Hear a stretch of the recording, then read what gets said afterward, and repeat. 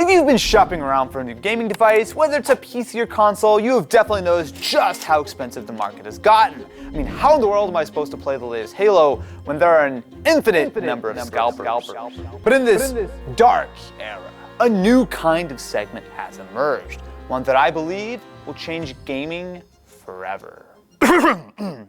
Since the very beginning of game development, there has always been a race to have the fastest hardware around. But lately, there's been a new trend toward taking a step back in power and shrinking down that gaming experience. One example of that is the Xbox Series S. Unlike its bigger brother, this little box sips power, plays everything that the Series X does, and comes in at the low price of $300. Almost more importantly, it actually is $300. I've seen it on store shelves several times, and while it's usually available for MSRP, other scalpers have taken things like the PS5 and the Xbox Series X to routinely hit $700 to $800 or even more. With the availability of the S, the question really is the Series S that much worse than the Series X? Now, there is a considerable difference between the two. Although the CPUs are nearly the same, the GPU and RAM have been cut down significantly. Because of this, the Series S tends to target lower resolutions like 1080p instead of 4K on the X. However, what is it like in real life? Can you even tell the difference between the $300 Series S and the $800 Series X? So now we're going to determine just how much of an upgrade you truly get by going from the Xbox Series S to the Series X.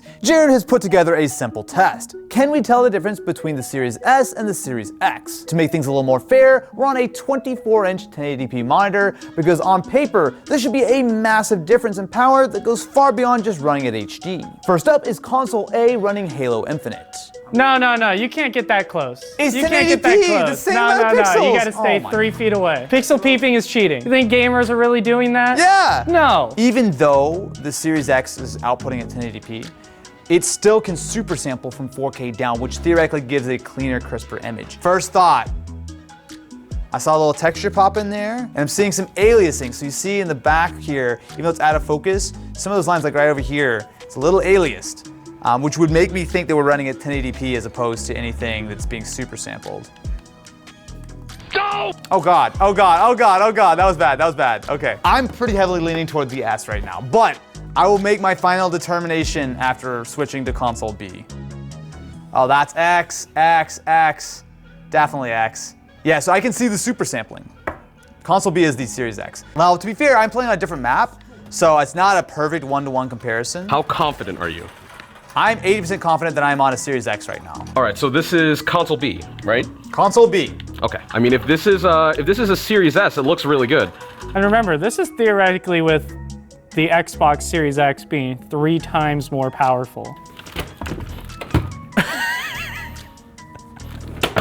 Find the extra pixels there, Chief? That's cheap. My name's Ken. I'm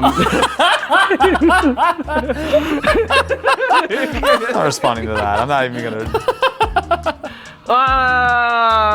No, this has to be Series S. For example, like this rope, there's definitely like some aliasing going on for sure. It doesn't seem as high resolution. See, that's the fun thing about video game graphics is every time someone needs to point out a difference, they're like, look at this rope.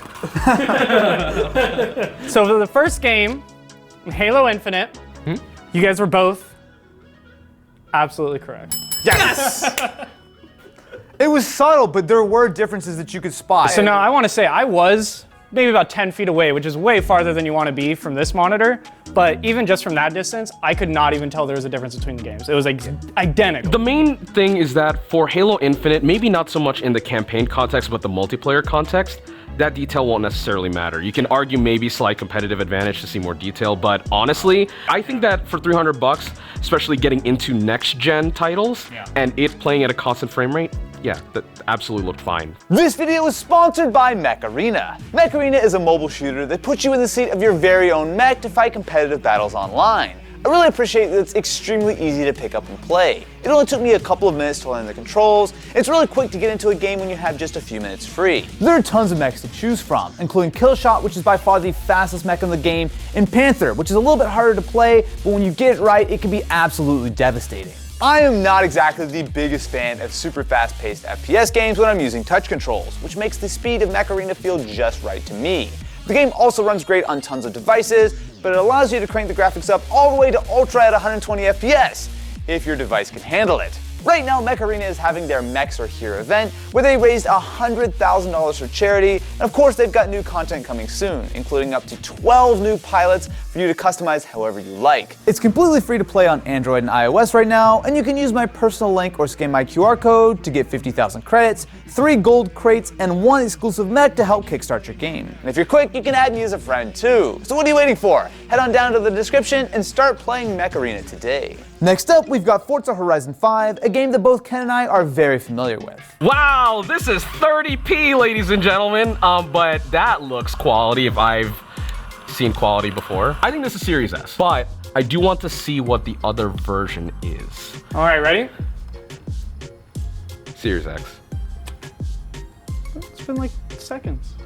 Dude, the car detail is way better. Are you sure? I mean, It is way better. It is miles better. looks like the same amount of pixels to me. The reflections on the car, the sharpness of everything. If I stop, the wheel does not look as aliased. It looks like there's way more lighting detail on the wheel alone. You know, I'll say though that in 1080p, it's a little less obvious that things like the grass and the shrubs and whatnot are aliasing. The fact we're playing at 30p is slightly disgusting, but whatever, it's fine. So I'm guessing this is quality mode in Horizon, right? I mean, well, I don't need to ask. It is quality mode. I think I've seen enough with console B. Let me switch to A and C. First impressions, close. Not a massive difference. I'm gonna put a call in that right now I'm playing on the Series S instead of the X. I don't care which one this is. I'm impressed by the Series S because the difference between the two consoles on this monitor for this test, incredibly minimal. Well, you've heard it here from we have Digital Foundry at home. I think I agree too. Yeah, right? 100%. A is S, B is X. You can see it in the road lines too. Yeah. Yeah. It's a little more obvious with the night But there's shot, no though, difference besides just that little bit of like sub-pixel detail on a 1080p display. Like lighting, the car models, almost everything looks the same sort of quality. I think they definitely emphasize the car model more, which is probably for the better. Now Forza, Dramatic reveal. you're both correct. See, I told you! I want to see what it's like in the performance mode when the graphic fidelity goes down and has a more constant frame rate, but in the quality mode, look great. Looked It looks absolutely great. really good.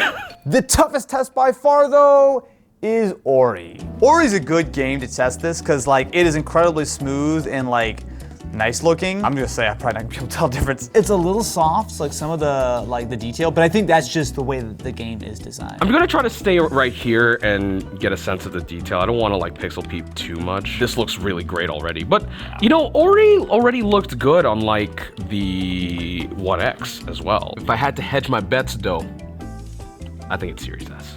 You think that's Series S? I think I have a good sense of resolution. Yeah. I don't think that was subsampled. All right, this is console B. This is console B. Okay. Never mind. Oh wait. Dude, that looks the exact same. Wait, stop moving, stop moving, stop moving, stop moving, stop moving, stop moving! You look at this little tiny piece of grass over here, it's not alias. The problem is that it doesn't look as sharp, which is throwing me off.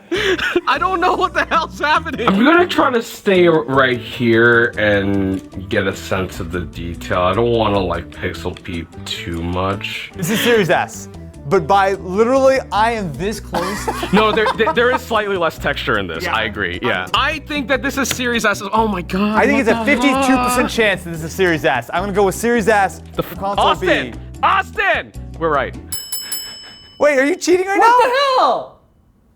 Did he just cheat? Did you just look at the HDMI? Well, I already put my call in. No, we made our call. We made our call. It's fine. For me, this experiment has really opened my eyes to something that's been kind of developing over the last few years, but this is the first time that it really sort of crystallized for me, which that gaming has spent so long chasing after gigahertz and gigabytes of RAM and pixels, and while all of that is absolutely important, especially if you're an enthusiast and you want to push the maximum performance out of your gaming PC, or you want to play on like a PS5 or Series X and get 4K and 120 hertz, that's all important, that's all great. But we're no longer in the era where cheaper, especially portable devices, are at a huge, huge handicap. Think about the Game Boy. The Game Boy had 4 colors and a terrible screen with giant amounts of like battery drain and everything. And when you look at a game on that compared to the Super Nintendo, there was no comparison. But today, I can play a game on the Switch or on a Steam Deck or even on my phone. And while sure, it might not quite match up to the exact performance of my console or my PC, but it does give me a very playable experience to the point where in a lot of titles, you can get almost the exact same, right? Like you look at Ori on the Series S versus the X. Yeah, we could tell a difference. But you know the difference? A pixel peeping 4 pixels of a friggin' plant or something. Like, it's to the point where if you're looking for differences and you want the max, you can get that. But what I think it's easy to overlook is the fact that so much has gotten so good that a lot of games aren't down to the exact resolution or whatever the case is. It's about the art style, it's about the experience. And when you have a device in your pocket, whether it be a phone or a Steam Deck or a Switch, or if you have a more affordable device like a Series S, which while might not have the raw performance of the Xbox Series X, it has all the capability of running games just at that lower resolution and frame rate and whatnot. I think it goes to show that gaming has really evolved in a way that feels almost strange if we would have talked to ourselves 5-10 years ago, where it was all about more, because now I think one of the biggest trends in gaming is less. Still the same experience in a lot of ways. Some ways it's actually better when it's portable, it's easy to take with you. But it's not about just pushing the envelope on what you can do, but it's about being smart about what you have and the form factors that you're putting it in.